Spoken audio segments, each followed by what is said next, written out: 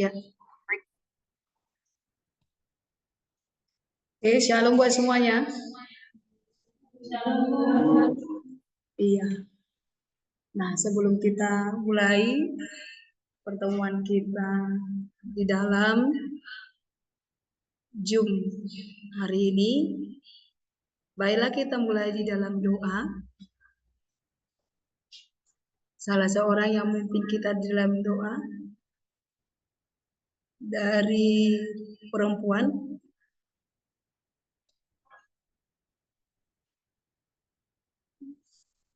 Ayo. Si Melisa aja, Melisa. Ayo silakan Melisa. Sebelum kita memulai pembelajaran kita, mari kita berdoa. Bersatu dalam doa. Menyesuaikan bersyukur Tuhan, berikan Tuhan memberikan pada saat siang hari Tuhan kami merasa kebaikan-Mu. Bahkan Tuhan kami boleh memulai pembelajaran kami Tuhan, strategi pembelajaran Engkau berkati kami Tuhan, berikan hikmat Tuhan, kepintaran kepada kami dan benar-benar Tuhan mengikuti pembelajaran pada saat ini. Dan puji muliakan nama-Mu Tuhan, diri satu kudus kami namanya mulia. Amin. Oke. Baik, terima kasih buat Melisa yang sudah memimpin kita di dalam doa.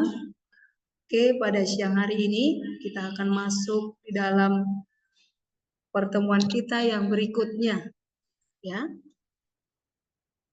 Kita masuk di dalam pembelajaran kooperatif. Ya. Sebelumnya semua mahasiswa kami sudah hadir. Ada yang absen? Tidak ada ya. Coba semua wajahnya ditunjukkan ya. Buka semua kamera. Ya, on kamera semua. Ya, baik.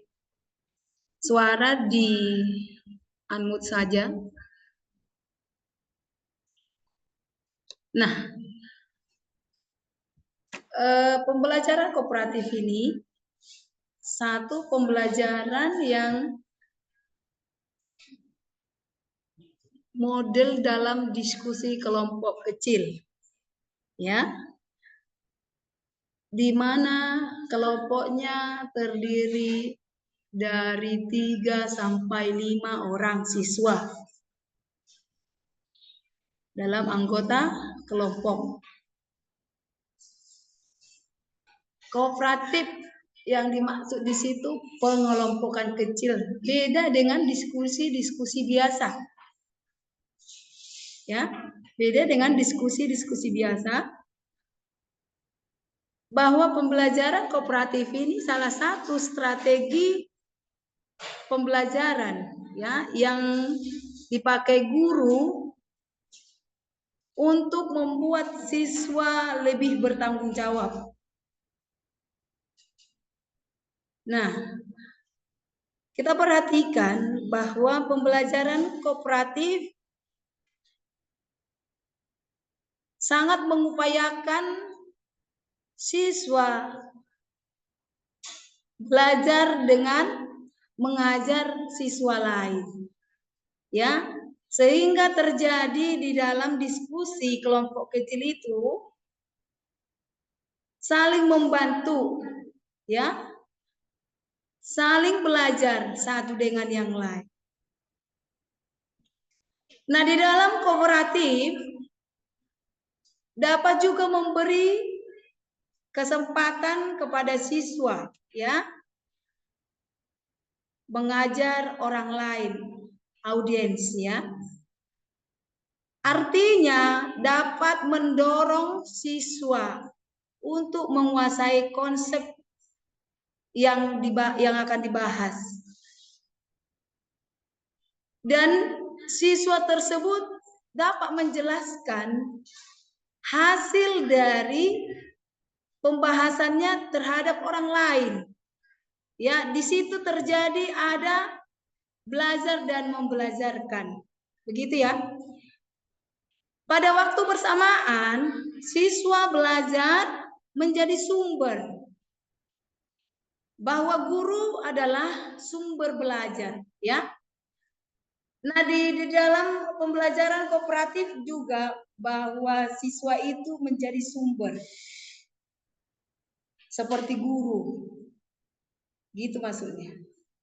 Dalam pola pembelajaran kooperatif, siswa bekerja sama untuk mengerjakan tugas tertentu. Jadi di sini tidak ada istilah satu orang yang bekerja. Tapi di dalam pembelajaran kooperatif bersamaan belajar mengerjakan tugas masing-masing. Sehingga tugas tersebut akan terlaksana dengan baik. Bila mereka saling bekerja sama dengan baik. Berbagai pengalaman dan pengetahuan dari yang satu dengan yang lain. Dan saling membantu. Nanti kita akan perhatikan bagaimana cara kerja dalam kelompok kooperatif ini ya. Nah, hasil dari kerja kelompok tersebut merupakan hasil kerja bersama. Jadi, walaupun satu-satu orang yang akan melaksanakan tugas dan tanggung jawabnya yang bertanggung jawab, tapi itu sama dengan hasil kelompoknya masing-masing. Bukan artinya beda nilai kepada si A, B, dan C. Makanya saling membantu di situ ya, di dalam kelompok kooperatif. Penghargaan yang diperoleh merupakan penghargaan bagi mereka bersama. Nah, ini sifat kerjasama dalam pembelajaran kooperatif ya. Sifat kerjasama dalam pembelajaran kooperatif.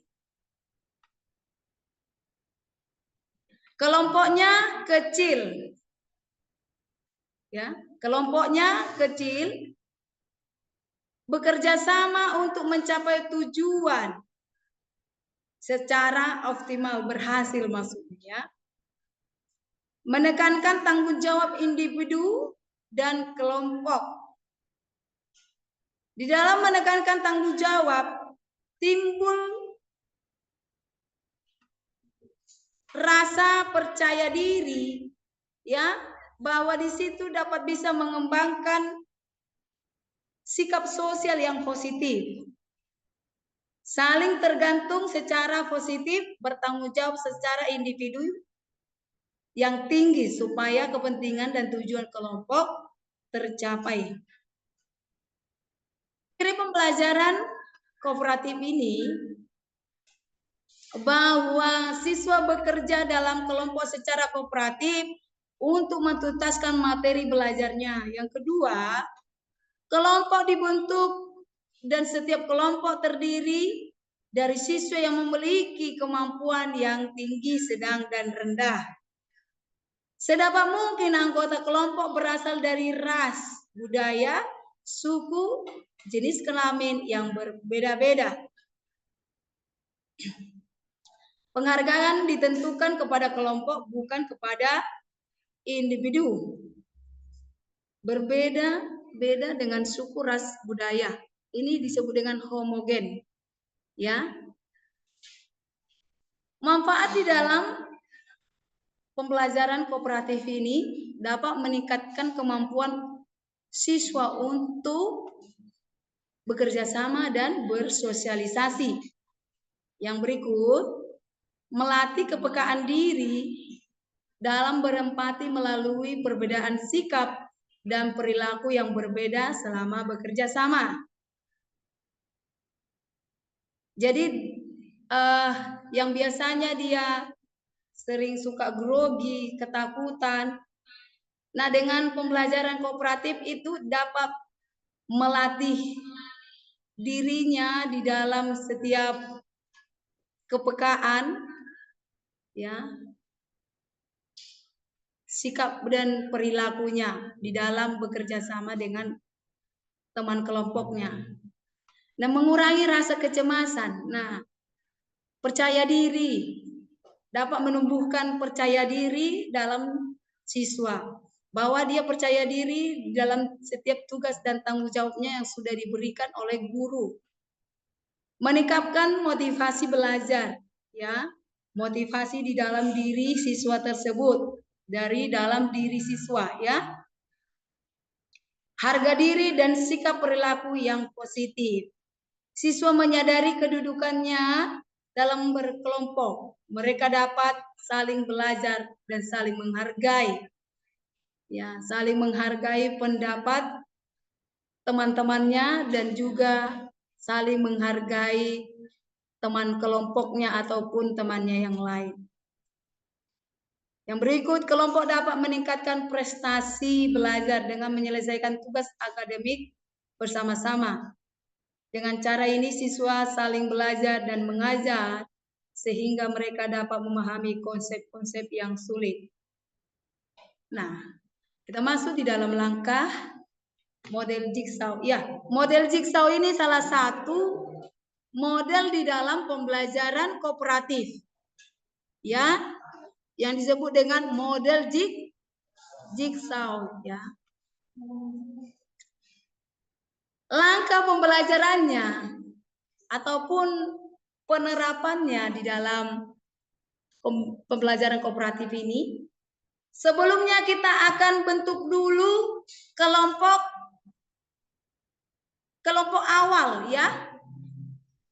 Kelompok awal ataupun yang disebut dengan kelompok asal.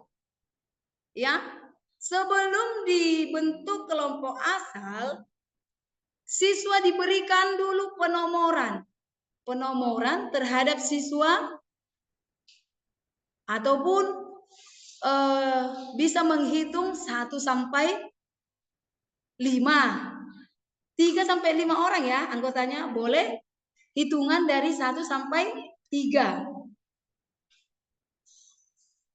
Nah, setelah sudah diberikan penomoran,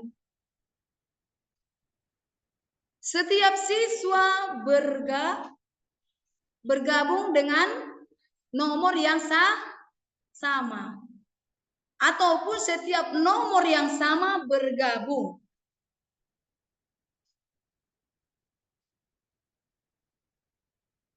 Contoh, siswa SMP kelas 7 berjumlah 15 orang. Perhatikan ya. Untuk menentukan kelompok asalnya, kelompok kooperatifnya, kita harus berikan penomoran. Siswa SMP kelas 7 berjumlah 15 orang ya. Nah, jika 15 orang siswanya, kita mau bentuk ini menjadi 3 kelompok. 3 kelompok. Perhatikan.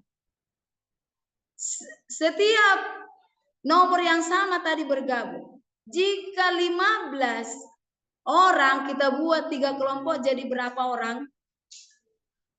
Anggota kelompok? 5.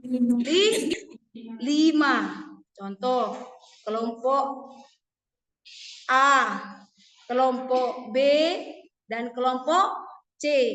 Nah, sebelum ini terbentuk ini kelompok asal ini, kelompok asal, kita berikan penomoran terlebih dahulu. Nah, berarti setiap nomor yang sama bergabung. Yang nomor 1 bergabung jadi berapa? 5. Nomor 2 bergabung jadi berapa? 5. 3 juga, nomor 3 juga 5. Nomor 4 5, nomor 5 juga 5. Oke.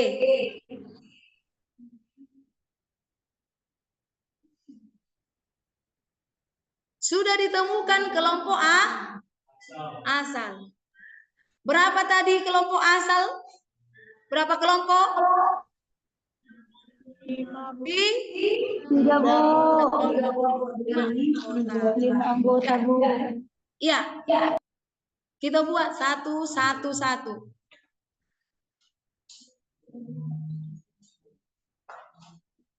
Nah, untuk kelompok awal kita sudah bagi siswanya dalam kelompok kecil. Setelah sudah dapat kelompoknya, bagikan wacana atau tugas yang sesuai dengan materi yang diajarkan. Ini disusun oleh guru, ditentukan oleh guru tersebut. Nah, ini tanggung jawab yang nomor satu tadi, bagikan wacananya. Ya, contohnya anak menceritakan cerita dongeng, ya, cerita dongeng. Ada yang kancil dan buaya, ada yang terjadinya Danau Toba. Contoh ya. Nah, kita bagikan wacananya. Temanya mengenai menceritakan dongeng anak. Nah, di dalam menceritakan dongeng anak kita mengupas di situ ada alur ceritanya.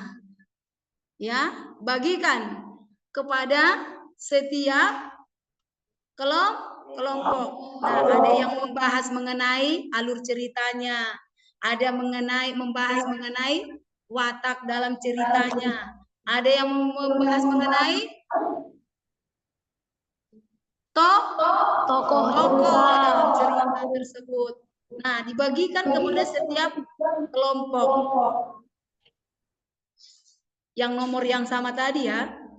Nah, setelah sudah dibagikan wacana itu, itulah yang menjadi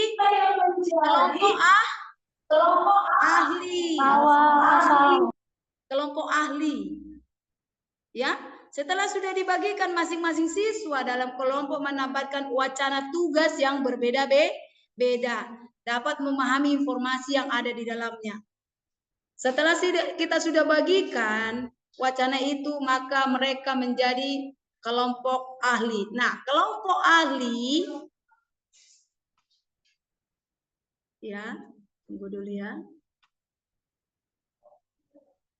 Maka ditemukanlah kelompok ahli. Kelompok ahli kumpulkan masing-masing siswa yang mempunyai wacana tugas yang sama dalam satu kelompok sehingga jumlah kelompok ahli sesuai dengan jumlah wacana tugas yang telah disiapkan oleh guru. Nah, setelah selesai dibagikan tadi wacana itu, maka mereka yang kelompok yang nomor satu semua tadi, ya, mempresentasikan kepada kelompok yang nomor 2, nomor 3, nomor 4, nomor 5, begitu juga kelompok 2. Yang nomor 2 ya, yang nomor 2-nya menceritakan apa hasil yang mereka kerjakan di dalam cerita dongeng tersebut kepada yang kelompok yang ada nomornya 1, 2, 3, 4, dan 5. Jadi masing-masing tukar pikiran. Kita dapat bisa memahami penjelasan dari tentang tokoh, kita memahami penjelasan tentang latar belakang ataupun alur dalam cerita dongeng tersebut ya.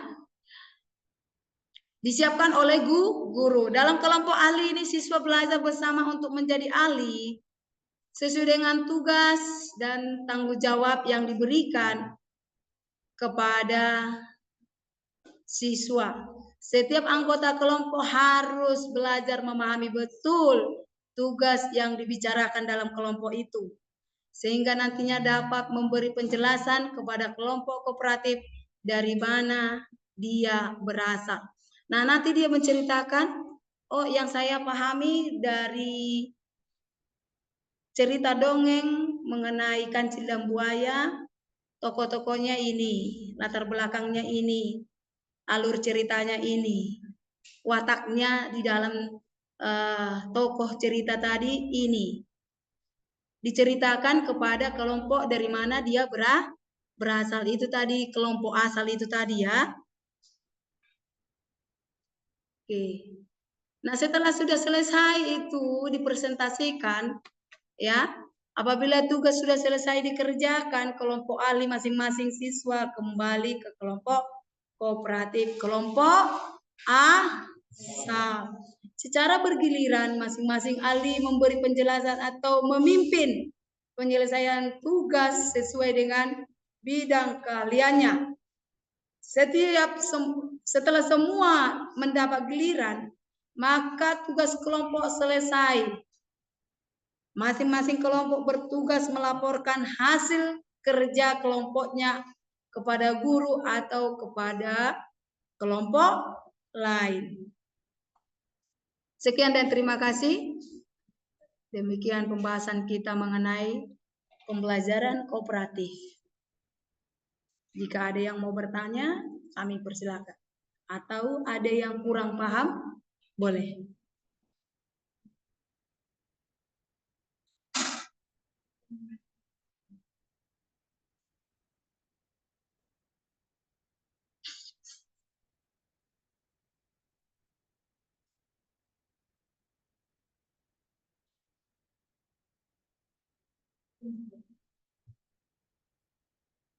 Oke, Ibu bertanya dulu kepada kalian. Sampai pembelajaran kooperatif ini ada yang tidak paham atau kurang jelas?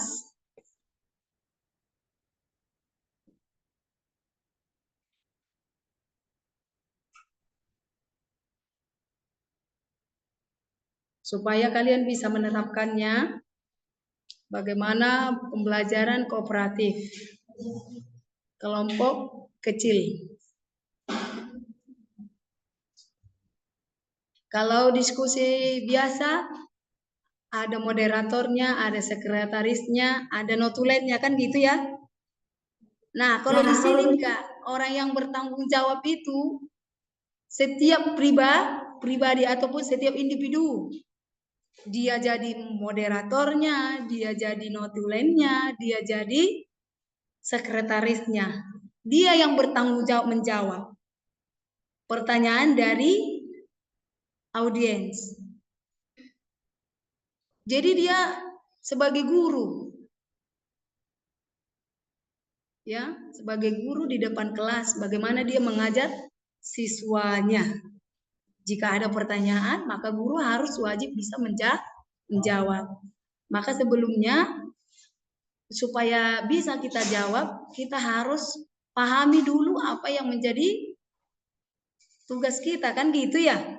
Nah, buat kalian semua, sampai pembelajaran kooperatif, tidak adakah pertanyaan?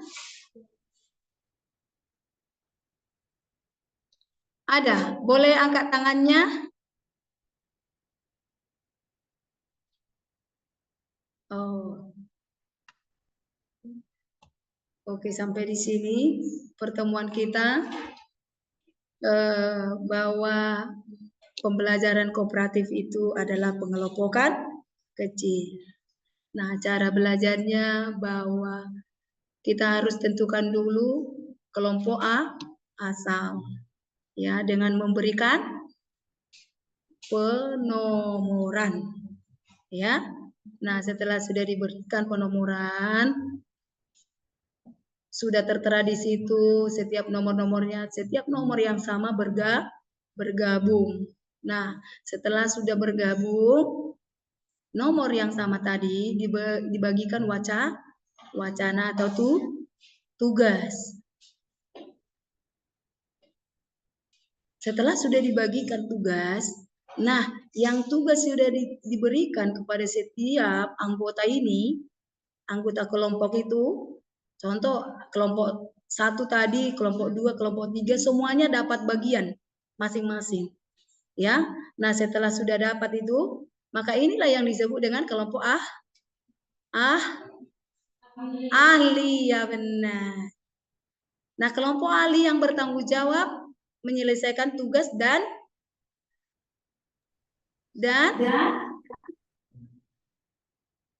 makalahnya, ya, dan siap mempresentasikan di depan kelas ataupun memberitahukan hasil presentasinya kepada kelompok dari mana dia berasal. Nah, tadi kelas 7 menceritakan apa tadi? Temanya menceritakan dongeng anak. Ataupun yang lain. Boleh, nggak harus itu. Sesuai dengan materi. Ya, kalau kalian guru agama, tentunya kalian membahas mengenai agama. Diskusi di dalam kelompok kecil mengenai keagamaan ya.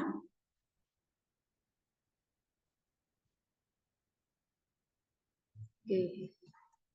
Maka setelah sudah selesai diberitahukan oleh kelompok ahli tadi dari mana dia berasal, maka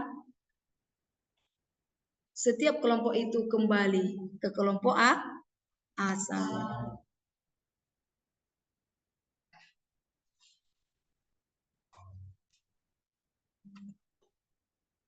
Sampai di sini pertemuan kita. Jika ada lagi tidak yang mau bertanya, kita akan tutup pertemuan kita hari ini dalam kelas Zoom. Kita berdoa. Terima kasih Tuhan buat kasih setia Tuhan yang di dalam hidup kami memberkati menyertai kami.